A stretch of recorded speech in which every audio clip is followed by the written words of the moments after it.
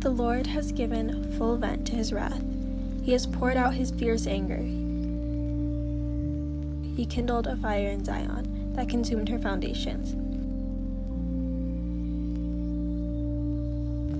The kings of the earth did not believe, nor did any of the peoples of the world, that enemies and foes could enter the gates of Jerusalem. But it happened because of the sins of her prophets and the iniquities of her priests, who shed within her the blood of the righteous. Now they grope through the streets as if they were blind. They were so defiled with blood that no one dares to touch their garments. "Go away, you are unclean," people cried to them. "Away, away, don't touch us." When they flee and wander about, people among the nations say, "They can stay here no longer." The Lord himself has scattered them. He no longer watches over them. The priests are shown no honor, the elders no favor. Moreover, our eyes failed, looking in vain for help. From our towers we watched for a nation that could not save us. People stalked us at every step, so we could not walk in our streets. Our end was near, our days were numbered, for our end had come. Our pursuers were swifter than eagles in the sky. They chased us over the mountains and lay in wait for us in the desert. The Lord's anointed, our very life breath, was caught in their traps. We thought that under his shadow we would live among the nations. Rejoice and be glad, Dr. Edom. You live in the land of Uz. But to you also the cup will be passed. You will be drunk and stripped naked. Your punishment will end, daughter Zion. He will not prolong your exile, but he will punish your sin, daughter Edom, and expose your wickedness.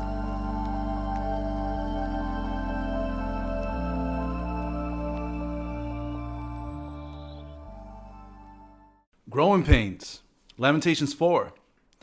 Growth is painful. Growth is also essential, but it's never easy. We currently live in a world that is moving so fast and so hard that we don't ever really know how to slow down. And when we do, the world reacts fairly violently and aggressively against the transition towards no movement. At the same time, there are systems in the world that is just not growing fast enough. And that contributes to growing pains as well.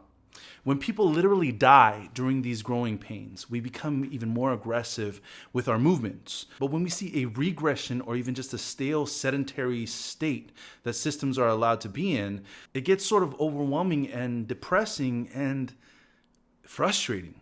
Lamentations 4 is going through the part of crying out that involves an overwhelming paralysis. The poet is paralyzed. Yet though the poet is paralyzed, God is on the move.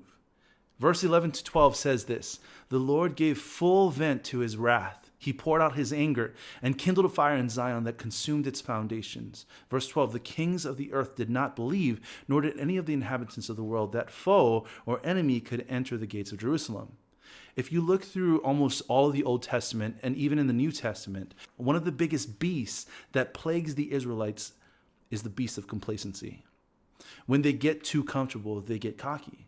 And when they get cocky, they lose God's respect. And respect is a very big thing in Lamentations because God commands his respect of his followers through their equity. The prophets, as God's mouthpiece, go to extreme lengths and extreme language to let people know that God is both angry and on the move for course corrections toward equity.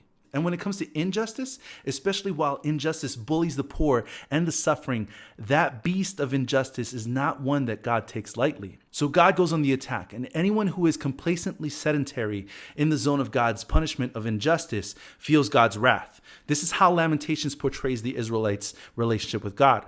The Israelites feel God's wrath during the Babylonian exile. The most elite people feel God's humility and are humbled into becoming the poor and suffering themselves. Verse 13 says this: "It was for the sins of her prophets and the iniquities of her priests who shed the blood of the righteous in the midst of her. Blindly they wandered through the streets, so defiled with blood that no one was able to get to touch their garments. Away, unclean, people shouted at them. Away, away, do not touch. So they became fugitives and wanderers. It was said among the nations, they shall stay here no longer. The Lord himself has scattered them. He will regard them no more. No honor was shown to the priests and no favor to the elders."